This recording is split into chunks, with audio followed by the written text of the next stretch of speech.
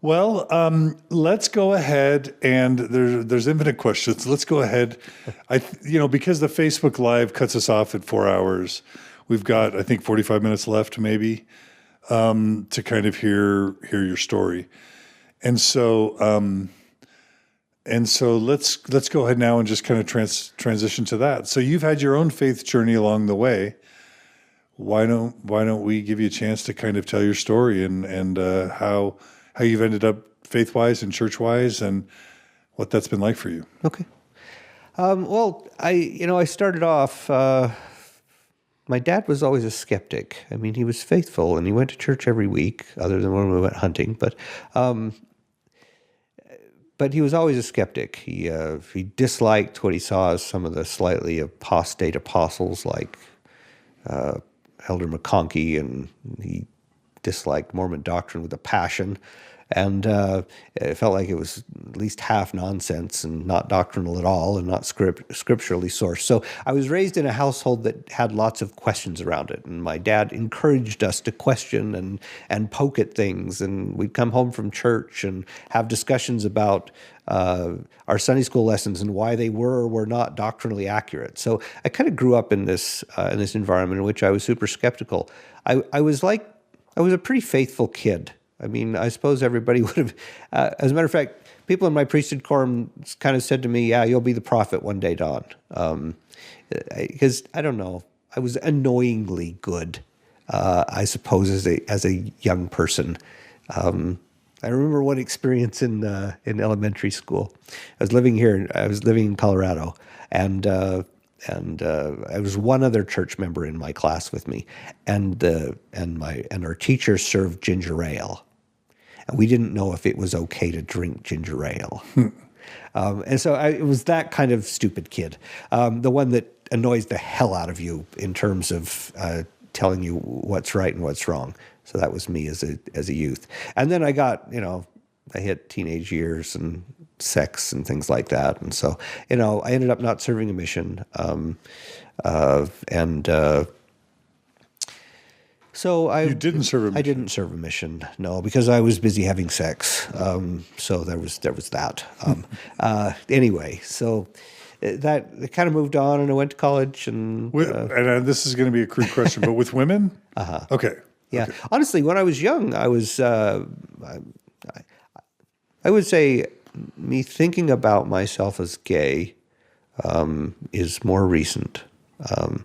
If you would have asked me when I was young, first of all, I don't know that I really thought very much about gay, straight, bi. I'm not even sure those terms were particularly in my vocabulary when I was young. I vaguely knew that gay people existed, and I vaguely knew what they were, but I was neither around anyone that I was aware of, nor did I think very much about it. But I'd kind of always been attracted to guys. I thought guys were super cute. But I also thought girls were really cute too. And you dated girls, so that's what I did. And I got married when I was in my early 20s, and children came along after a while. I have 2 boys. I think I mentioned that earlier. So anyway, my marriage was rocky from the beginning, I would say, in lots of interesting ways. After about a year, I basically said to my wife that I wanted to have a divorce, and then I went up to my parents, and my dad gave me what was probably, in hindsight, the worst advice I've ever had in my life. I had really good parents, by the way, across the board. I mean, my mother was like the nicest person you'd ever meet. She was, the grandmother with cookies and home every day and fixed meals and the typical kind of Mormon stay-at-home housewife, but just a wonderful, wonderful woman. And my dad was a socially awkward, smart, interesting guy who liked to do things with his kids. So I had 2 good parents. But on this particular occasion, I'd say my dad gave me particularly bad advice. He basically said to me, Don, you made a promise. You made a promise to God, and you made a promise to your wife. Go home and be a man and live up to your commitment. It's your job to make this work, not hers. 100% of this marriage success is your responsibility. And how long had you been married by this point? About a year. Okay. And so I went home, and I apologized, and we kind of patched things up, and off we went. And I'd say the older I got, the more attracted to men I was, and the less attracted to women I was. People say that sexual attraction is fluid, and for me, that's definitely true. Was it because my marriage wasn't functional? Was it? I don't know what it was. I don't know that I could put my finger on why my mind works the way it does, but it was. And fast forward to when my son was 16. So you had how many kids? Two boys. Two boys. So when my oldest was 16, and he'd obviously had something on his mind, and he'd been struggling for a while, and he didn't seem terribly happy, which you hate to have with your kids. And so one day I'm up in the bedroom, and he comes in and he just hands me a piece of paper, and it was the story of Josh and Lolly Weed, and that. Sorry, I thought I was past this. It's basically him telling me that he was gay. One of your sons? Yeah, my oldest. And he was, he didn't know what to do with it. He'd been raised Mormon, and he knew what it meant, and he was, I think, scared to talk with us about it. I was working for the church at the time. I was in the bishopric at the time. So not exactly a model of who you want to come tell that you're gay. Anyway, I basically said to him, Jake, I love you, and this is the part which I've reflected on a lot since. I said, another lifetime, and this could have been me. I'm attracted to guys too, always have been. I'm also been attracted to women in my life. Doesn't sound like you are, but different path, different choices in my life, and I could be standing where you're standing right now. And how many years ago was this? Oh, let's see. It would have been pre-2015. Well before 2015. Okay. So he's 27 now. So it would have been 9 years ago. Okay. Or 11 years ago, whatever that is. Okay. Can't do math. Anyway. And I basically said, you're only 16. This isn't really a time to start having sex, if you want my opinion. So I'd suggest that you postpone this a bit, let you get through some of your hormones, let things settle out. And if you want to date guys, then date guys. I want you to be happy. So the piece that I suppose I've reflected on a lot throughout my life, or throughout the years following that, was that I said to him reflexively, another lifetime, this could have been me. And I suppose it said a little bit about how I viewed myself at that point. And I don't know, as the years went by, I questioned more and more whether or not I was gay. And I was working for FamilySearch, and I was traveling in Europe. And my marriage was disaster at this point in time. I won't go into all the details, but lots of things had happened between my wife and I, and she was in a pretty bad state, and our marriage was, I don't know. My life was fantastic, by the way, in every spot but my marriage, which was just a disaster area, just top to bottom. And I was traveling in Europe and for FamilySearch, and I don't know. I've been trying to search online for somebody to talk to about how I was feeling, because you get in that spot. Where you've been married for a lot of years, you have kids, you've been taught all the things that you've been taught in the church, you believe it's true, you've had spiritual experiences that you think lead you to believe it's true, and yet you're feeling like you're probably gay. And I kind of just wanted to find somebody that had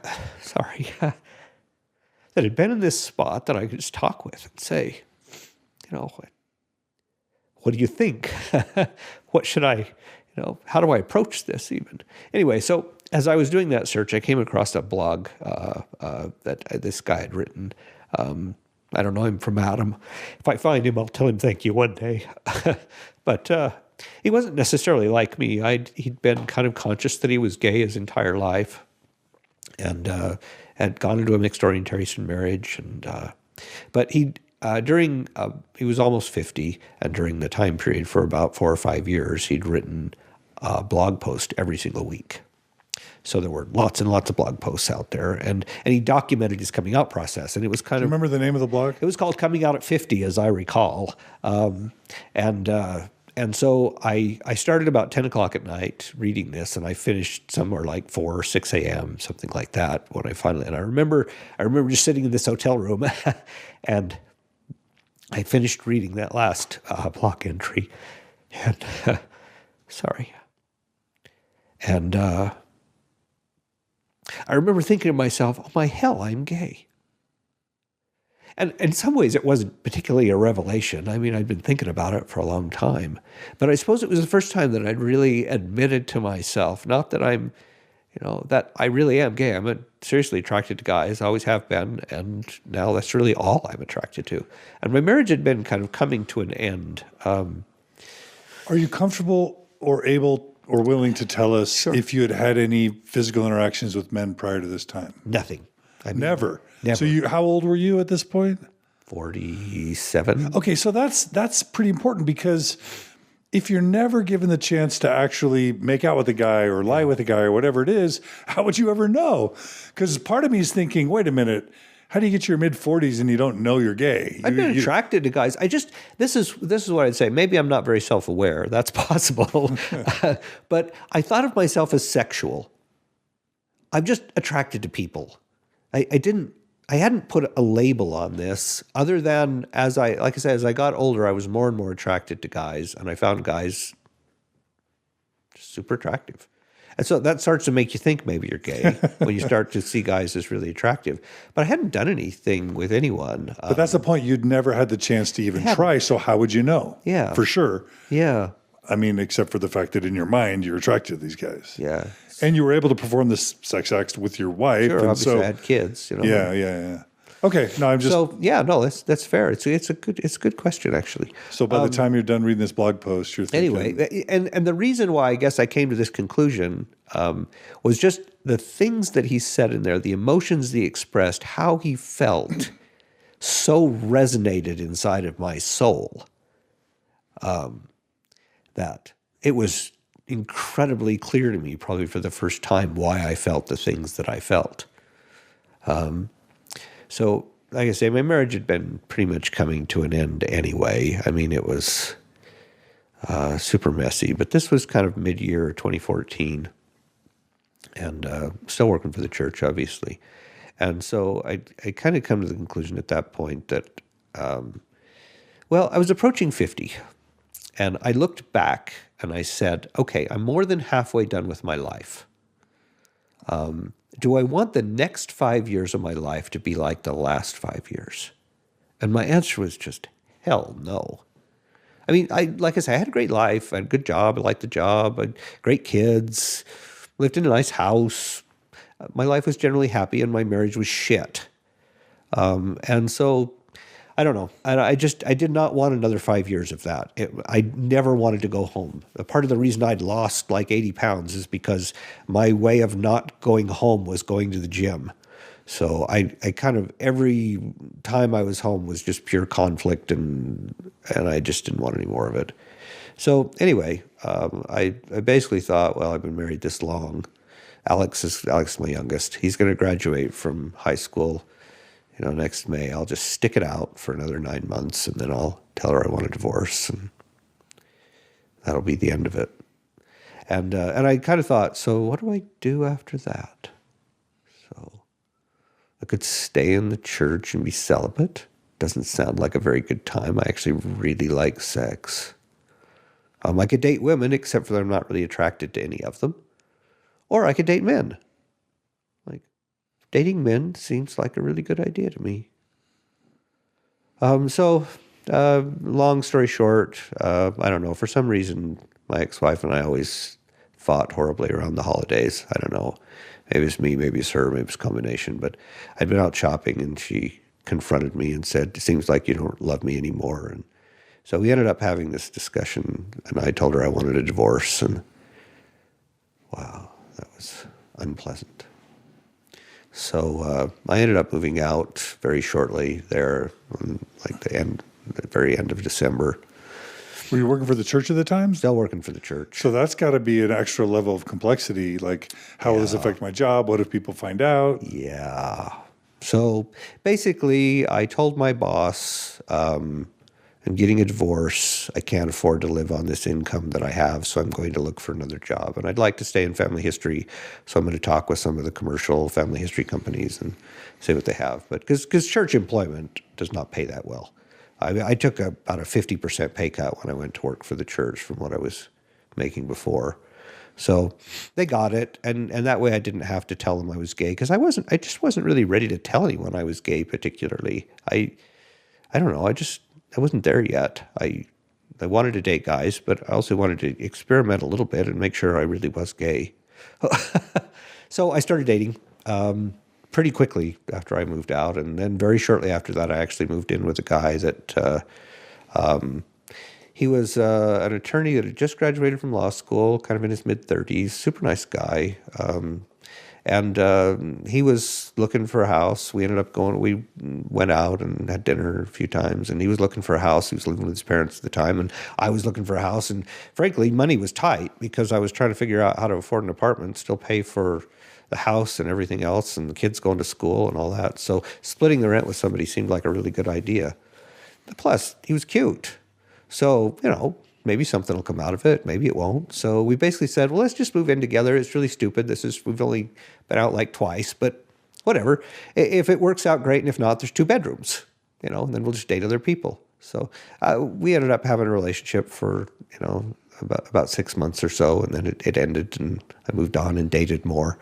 But it was a really awkward time in my life because I was going to the church every day to work. So I was going to the Joseph Smith building every day for work. And then I was coming home to a boyfriend at night. And it was awkward and uncomfortable and felt dishonest to me. And I was really grateful when I switched jobs. So by about May, I'd switched jobs. And this guy was a ex-Mormon that had left the church when he was 18. Really bitter about the church, actually.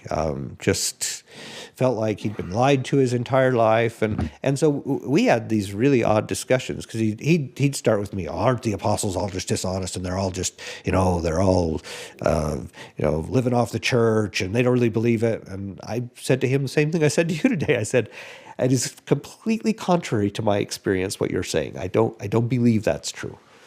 Anyway, eventually he convinced me to read the CES letter. He was very kind with me about this in terms of him breaking me into the truth about all of the messiness in the church.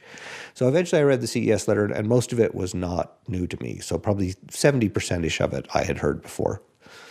But I'd kind of clung to the gospel. I said I'd always been a skeptic. When I came out to my youngest son, it's interesting. He said to me, we're like the most progressive family in Utah now. But anyway, I'll guess I'll get back to it. But anyway, so I'd always been a little skeptical. But there were a few things that kept me in, and they were these spiritual experiences. I'd only had a really small number.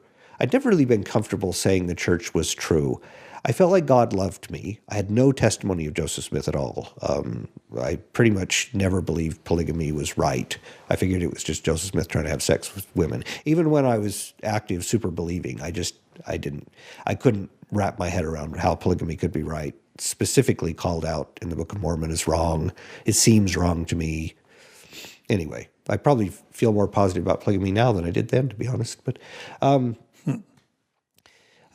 so I read the CES letter, and then I get to that section in the back, and everybody has the thing for them. For me, it was the section around Revelation that talked about, and I have to thank Jeremy Runnels for waking me up, so to speak. But so I got to that section, and I read about the feelings that we get that we think of as confirmation of the Spirit, and how you feel that when you watch Saving Private Ryan and Hallmark commercials, and I'm not doing a direct quote from him, but close enough. And that just hit me like a ton of bricks. It's like, wow, you're right. I do feel those same feelings. And that was it. I was done. It's funny. Because it was really what was holding me in. And at that point, I've read a lot more sense and seen a lot of the messiness and things around the church, some of which I think are valid, some of which I don't. I never was super bitter about the church per se. When I see how they treat LGBTQ people, that makes me angry to a degree that it's hard to describe. And I had, when I was living in Salt Lake, while I was still working for the church, we had a few gay guys over for dinner. And the one that really strikes me, he was a BYU student, and he'd come over to dinner and he would not tell me his name because he was terrified that I was going to tell the church on him, that I was going to change my mind, that I was going to go back into the church, and then I was going to tell the church about him. He was convinced that the church was spying on him and following him around, and that the church had this record that they kept on him. And I tried to talk to him a little bit about this, that the church does keep records on us, that's true, but not that kind of record, really. And I doubted that he was important enough for them to follow around. It's not too much for me to believe the church follows people around, but not everyday members. It'd be too expensive. But this part really struck me. So his dad, a part of this came from his dad. And his dad, when he came out to him, his dad had told him, if you ever tell anybody else that you're gay, I will kill myself. And that's just the most despicable thing I can imagine someone doing. If you tell someone you're gay, I will kill myself. I just can't imagine anything more manipulative or disgusting for a parent to do to their child than that. And yet I heard so many stories that was probably the worst, but I heard so many stories like this. And then, Elder Oaks and some of his comments in conference. So in the end, I kept dating guys after that. And Can I ask you about that? Sure. Okay, so if you've tried to live the law of chastity your whole life, been married to a woman your whole life, only had sex with, and in your case, you were sexually active before marriage. I'd had sex with precisely 2 people. Okay. At this point in time. So some limited sexual one girl experience. in high school and then my wife. Okay. And then you've been, serving in callings for the church forever, trying to be a good dad. Just all that Mormon wiring, especially around law of chastity and purity and worth and sin. And what's it like to contemplate having sex with a man when you're in your late 40s or early 50s? And I'm not asking for period details. I'm just saying is that you can scary? have them if you want. But Is it scary? Is it terrifying? Is it fun? Is it exciting? What's that? How do you make that switch? Because that's a big switch. You know that song in the Book of Mormon musical that's turn it off? Yeah. Well, that's what happened to my shame, guilt, and a good chunk of my view of sex when I came to the conclusion that the church wasn't true. It really, again, I'm slightly weird in this sense, I think, for most people. I never felt bad about being gay. I've never felt bad about myself. I like me, and if me is gay, I like me gay. So a lot of people really struggle with their sexual identity. Unfortunately, I'm not one of them. I'm super weird in that way. And I'm the same way about sex. That I carried around a lot of, guilt and shame about a bunch of things in my life. And I would say mostly that went away. I just don't really carry that with me at this point. And I don't believe, my first boyfriend was super liberating in this front. So he'd been in interesting relationships before, where they'd been swingers and he'd had multiple partners at once. And so it was interesting because it was very different. I believed in monogamy. Completely, utterly. And love and sex are the same thing. You don't have sex with somebody you don't love because it's completely unfulfilling. Now, are you saying what you believe now or what you believed then? That is what I believed. That is what I believed coming out of my marriage. Okay, right. Then. Still very monogamous. Yeah, and he was bi and he wanted to have sex with women. And he, quote, cheated on me, unquote. And I have bad experiences with being cheated on, so I don't respond well to this. And I didn't respond well to him in this. And he kind of sat me down and had this discussion and said, "You're wired wrong. You're like broken, Don. You have completely conflated sex and love. And yes, when you're in love with someone, often that results in sex. But unlike what you believe, you can actually have sex with someone that is really fun and really enjoyable, and there's no love. And the fact that you have sex with someone does not mean that you love one. And the fact that you have sex with someone else does not mean you don't love the person that you're in the relationship with. So stop conflating the two together. It doesn't mean that I don't care about you because I had sex with somebody else." And I don't know, I had to sit back and really think hard about what this meant to me. And I had a lot of wiring in this particular space. And I have to say, it took me a while, but I kind of slowly unpicked this. And I think I'm the healthier for it. I'm less jealous. I'm less concerned about the sex life of my person I'm dating or person I'm married to. I mean, monogamous now with my husband. He's probably monogamous too. You're not sure, though. I'm never sure of anybody. Are you sure of everyone around you, whether or not they're having sex? I thought I was. You shouldn't be. I'm kidding. Lots of people have affairs. It's super common.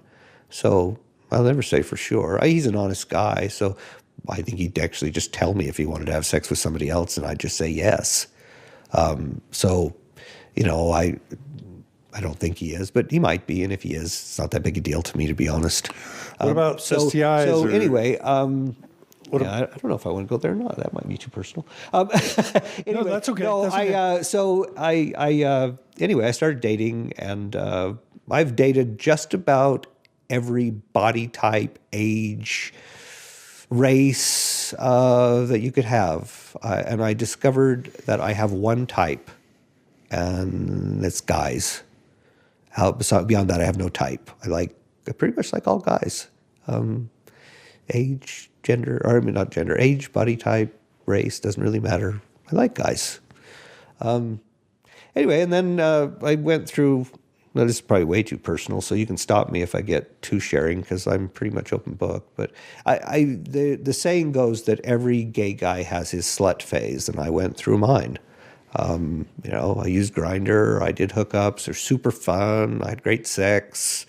Some of it was not great sex, but most of it was really good sex, met lots of fun guys.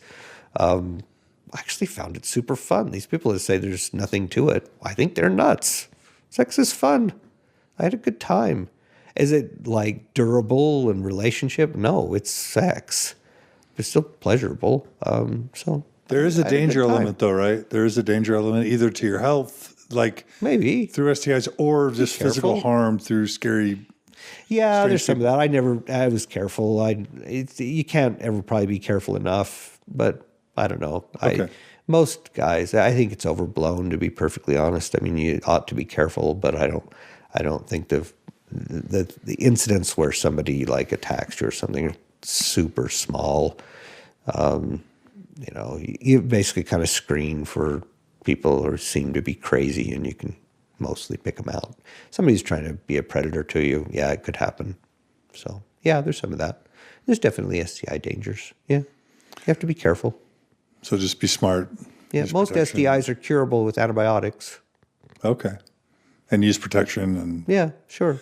Yeah, I'm not dumb. yeah. Well, I am kind of dumb, but not in that space probably. So I don't know. This is probably more than I really intended to share here, I guess. But yeah, I'm pretty open book about most of this. And then I met my husband. So the slut phase lasted what, a year? Oh no, not that long. Probably 4 months. Oh, so you kind of, and by the end of that, what did you conclude? That it was fun, and maybe I'd do it again. But I was kind of done for a while. Most guys are kind of in that space. The great thing about being gay is it's easy to have sex. I mean, that's one of the great things. Also, guys are super fun, but it's easy to have sex. Guys want to have sex like all the time.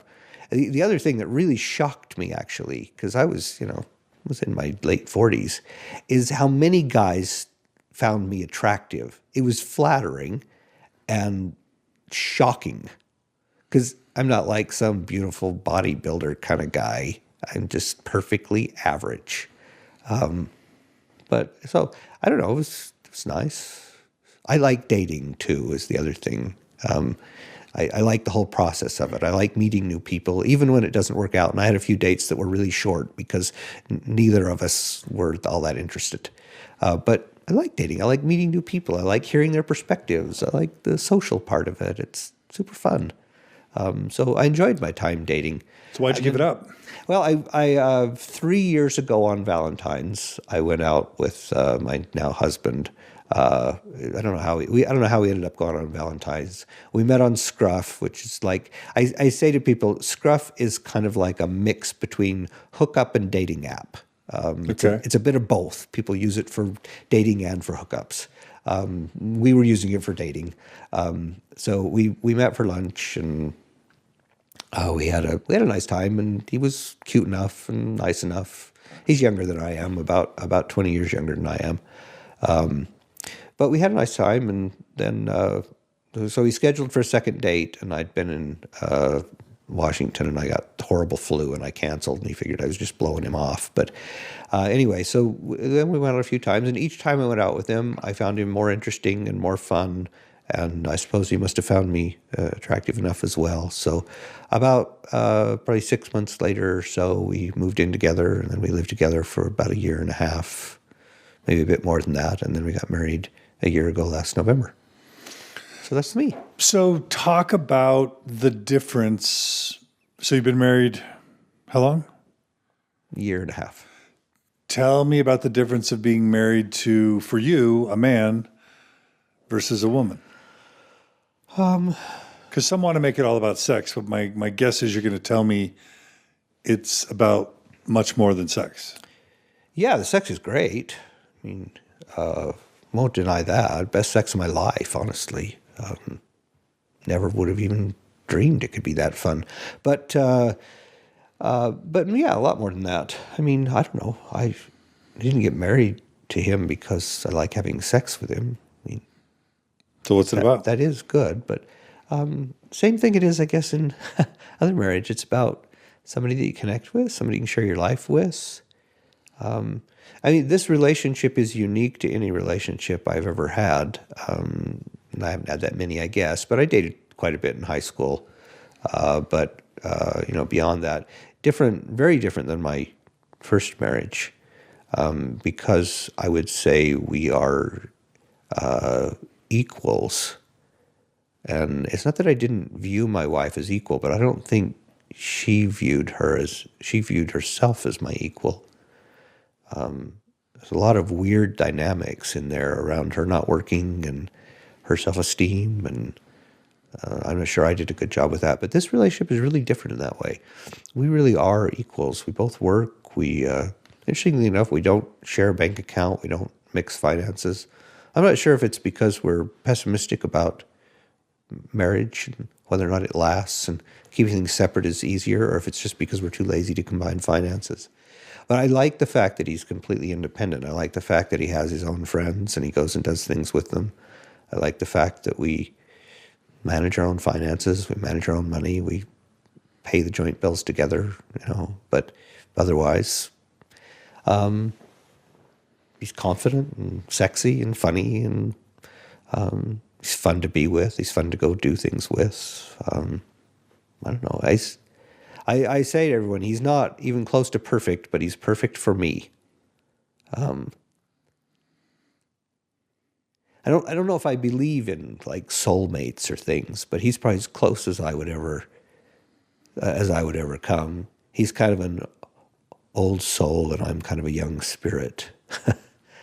And so we meet somewhere in the middle of our ages, and I worry a little bit sometimes about me getting into my 80s and him only being in his 60s, what that means for him. And so he's chronologically younger. Yeah, he's 20 years younger than I am. Okay. Yeah. But I don't know. I kind of gave it up. I dated a wide range of ages, and at some point it felt awkward, and then I finally drew the line at they couldn't be younger than my kids. But if they were comfortable dating me, I was fine to date them, because I'm not ageist at all. I dated older people and younger people, and anyway, so that's where we ended up. But it kind of is where it is. But It's great. In some ways, it's not different. I don't think from what you think of male female, but on the other hand, it's really different for me. It's a very different relationship than I've personally ever had. Yeah, so I wanted to just have you talk about that. So you could have, you had 2 kids, you had all this history with the church. It's going to affect your family, your community, your spirituality. You're going to break up a family essentially. Yeah. And you're going to walk away from someone who you guys had committed your lives to each other forever. Now there's the inconvenience that it was a bad marriage and you weren't attracted to her, and that's not only not fun for you, it probably wasn't fun for her. But now you've got this. What are the differences that make it worth all that pain and sacrifice for you? You've talked about all the things you like about it, but that's a big So for shift. the first time in my life, I would say since I left the church and since I came out as gay, and those happened pretty close to the same time. It's very hard to be gay and a member. Some people make it work, but not many. And it doesn't work for me. But I feel me.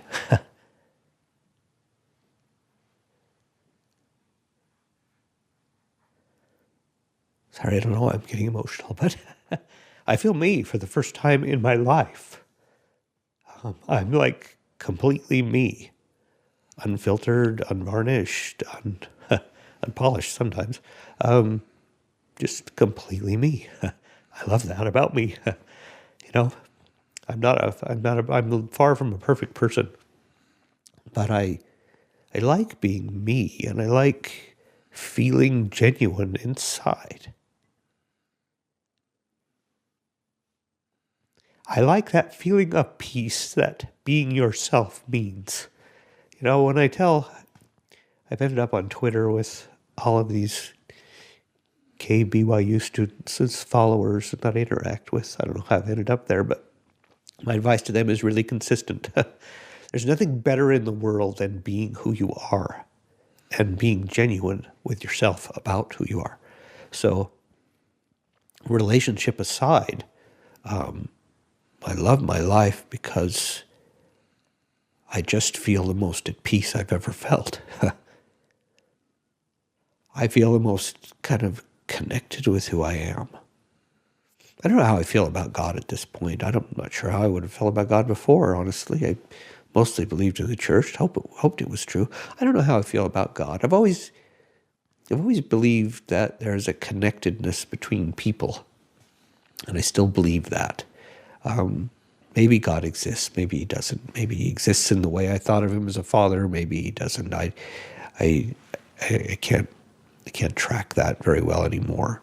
I have no desire to be a part of a church. A church has dictated my behavior for so many years of my life that I have no desire to be a part of organized religion where someone tells me how I should live my life out. It probably says more about me than it does about churches, but I like my life a lot. I like the happiness and fulfillment. I love my husband with all my heart. I love the life that we have together. My kids, when I talked to them about when I came out to them, both of them said the same thing to me, which is, "What took you so long?" It's obvious you guys shouldn't have been together. What took you so long to do this? And I went through a lot of counseling during the kind of serious times of my marriage, and the counselor basically advised me that staying together for the kids was a really bad idea because they know that things are broken. They can see that things are dysfunctional, and all you're showing them is the dysfunction of a relationship instead of the health of a relationship. And I didn't really believe her until the marriage ended and I talked to my kids, and I wish that I had listened better to her because staying in a marriage that is broken, in my opinion at this point, is much worse than exiting and showing your kids that you can be healthy and happy and helping them see you as healthy and happy. That makes so much more difference, I think, to their lives than staying in a relationship just because that's what you're supposed to do. I don't know if I quite answered your question, but very beautifully and very powerfully. Yeah, and I'm just so happy for you. Me too. This has been the best 4 years of my life. My life just gets better and better, honestly. And so that's where I am. Life is great. Job's fun. Super hot husband that I love, that we have a good deal of fun together, and really good kids. I mentioned my oldest is gay, and he's married, lives in New York. So that's a thing. My youngest, like I say, says we're the most progressive family in Utah. So anyway, that's me. So any parting words for the church specifically around its LGBT policy and the November policy? I mean, if it backtracks, what it does is it undermines its own authority or the perception of its authority, because it makes it look like it's caving to social pressure, or, the prophets aren't led by God. The prophets are just responding to the public.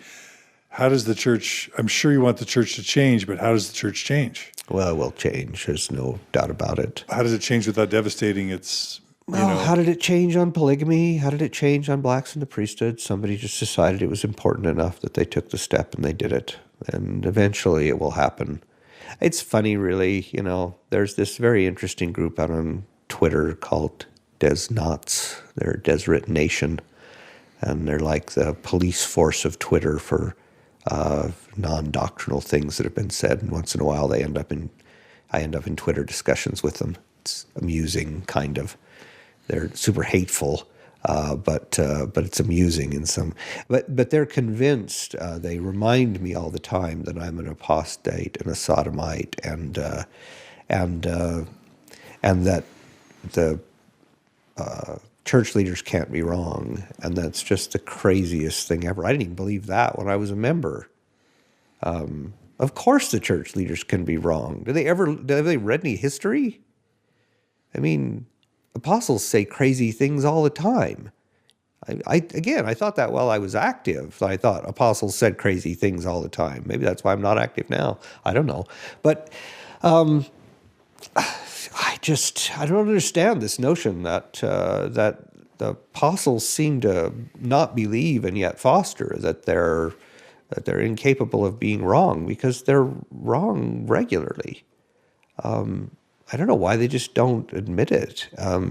Saying that, I don't know, I suppose it undermines their authority, it reduces, but it's just true. And it's eventually, sometimes people leave over this concept of that.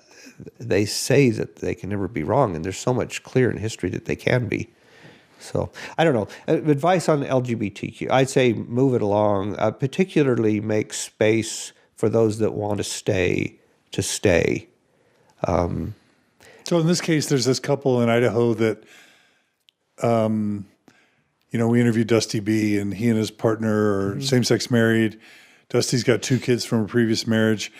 All they want to do is attend their ward because, they believe at some level, and it's their spiritual language. They still could. I mean, being excommunicated doesn't preclude you from going to church. But. Right. But I'm just saying, in their case, it's weird the church is going after them because they want to, because they believe, and because they want to attend. Because if they had just never gotten married, lived, crazy lifestyles or whatever, never gotten married, or just never showed up to church, the church would leave them alone. So it's weird that they're going after the ones who actually believe on some level and care to attend on some level. Yeah, it's super crazy that if you have lots of gay sex, that's not as bad as getting married to someone of the same gender, and getting married to someone of the same gender is not as bad as getting married to them and going to church. Right. There's something just seriously screwy about the logic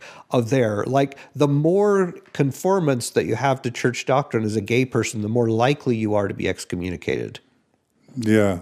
If instead of having doesn't make sex, sense. I mean, you could be completely monogamous, but outside of being completely, or celibate, I mean, outside of being completely celibate, if you have sex, that's better than getting married, which is closer to doctrinal being monogamous. And then, but if you do that and go to church, you're even worse, and they're likely. There's just something. The entire approach. This is why it won't stand in the long run. The entire approach doesn't make sense doctrinally. Anyway, this Deseret Nation group likes to tell me all the time that the church's position on opposite gender marriage is because we're going to produce children in the afterlife and we're all sealed together. And my comment to them is, so you're saying that scripturally you know that God creates children with sex. He creates spirit children with sex. And by the way, gay couples have kids all the time. You do know this, right? We do this thing called surrogacy, where you have kids. I'm pretty sure if we're smart enough to figure out surrogacy, that once we're omnipotent gods, we could probably figure out a way to have kids with the same gender couples together. That assumes that it's sex, and there's nothing doctrinally or scripturally that says that God creates spirit children with sex. So I'm pretty sure there's probably a way for this to work. I'm not all-knowing, but neither are you. So, but either way, I think that the church could take some steps that are short of temple sealing and salvation, that would just say they've already admitted that it's not a choice, that we're wired that way. I think they could start accepting gay people who are actively dating into the congregation. I think they could accept married couples as active, even if they didn't allow them to go to the temple.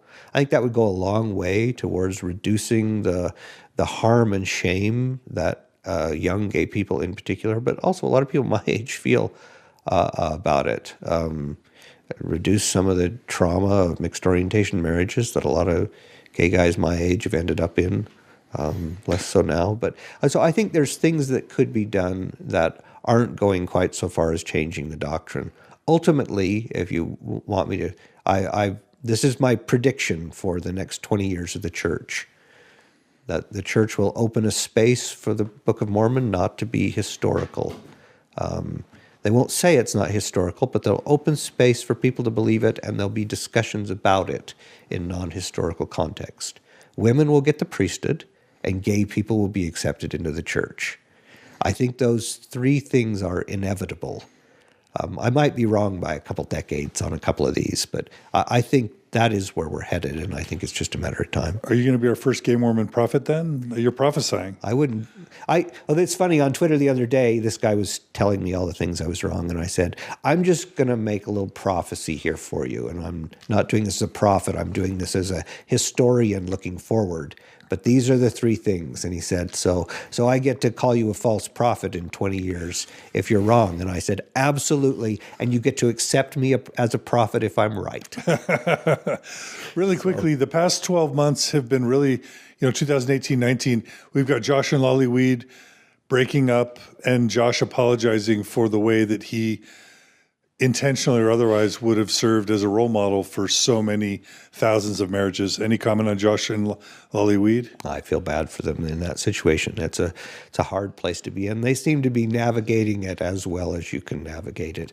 I think they're a little naive sometimes in their view of things, but I'm not in their relationship. So I just wish them all the best. Now Josh is dating men. It's a very hard road to walk, this ending a marriage and reaching out. I hope he finds happiness. I certainly have, and I wish both of them all the happiness in the world. Okay. What about? I don't think they needed to apologize. I don't think they intentionally went out to do this. And What about, we just found out in the past month or two that Dave Matheson, who has led reparative therapy initiatives, Journey into Manhood for decades, has been sort of the church's point person on trying to change trying to encourage celibacy and mixed orientation marriage, or to try and help people change the way they think of themselves or whatever.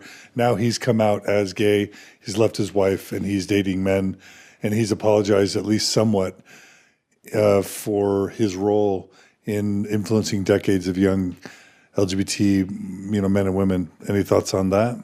I don't know. I think conversion therapy is disgusting, and I'm not sure why anyone ever thought it was appropriate. Doing counseling, fine.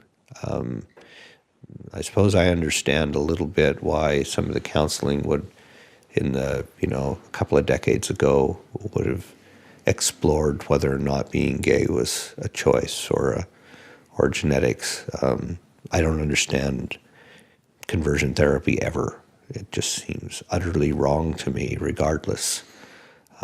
So I don't really have an opinion about him. Don't know him. Don't know his life. Don't know his choices. Don't know what he faced.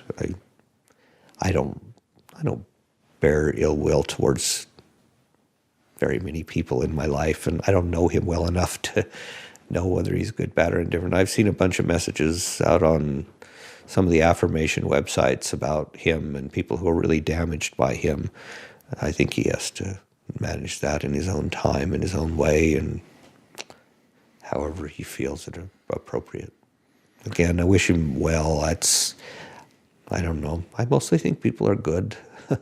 And people try and do the right thing in their lives, and sometimes they just get seriously screwed up. And, a Josh Weed or a Dave Matheson will come out and fade away, but it just seems like, there's still Ty Mansfield, and there's all going to be replacements of new, public profile mixed orientation marriages and leaders. It seems like decade after decade, we have Evergreen die, but North Star comes about, and North Star will die and something else will. And we've got Affirmation still, and John Gustav Rathall, and everyone's trying to make sense of this, but it seems like we keep repeating the errors of the past to some degree. I think it's safe to say that the current generation, the stats that I've seen say that they're about, give or take, 10% gay. I don't think my generation was any different. I just think most of us were in the closet. And so I think what you see now is the remaining 7%, or some fraction of the 7% that are left that are emerging. Yeah. So, and that makes these organizations necessary. They're good support groups. I don't like everything in Affirmation, but I think it's a good group that has that provides lots of support to people in various stages of their faith journey, and I think that's positive. Well, Don, I feel so blessed and fortunate and lucky that we were finally able to get together, and having met you, you were even more wise and graceful than I thought you would be, and I had no fears coming into it. So Thanks. It is just a pleasure to know you. And Pleasure to meet you as well. Your story of authenticity and of self-discovery and of finding joy is inspiring. Gay, straight, tall, short, hair, bald, whatever.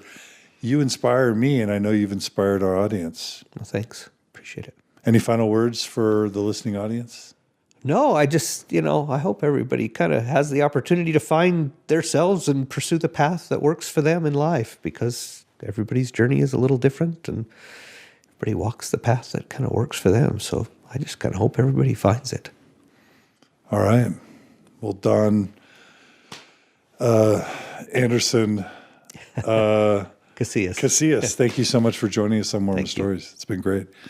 And thanks to everyone who's listened today. Thanks to Cody Layton for audio-visual production. Thanks to all the donors that make Mormon Stories possible. Thanks to all our live listeners, everyone who submitted questions. Please join us at mormonstories.org for comments. Please share this with everyone you can. If you don't support Mormon Stories, you can at mormonstories.org. Click on the donate button. Your donations keep us alive. Thanks to everyone who makes this possible. And please tune in again soon for another episode of Mormon Stories. Take care, everybody.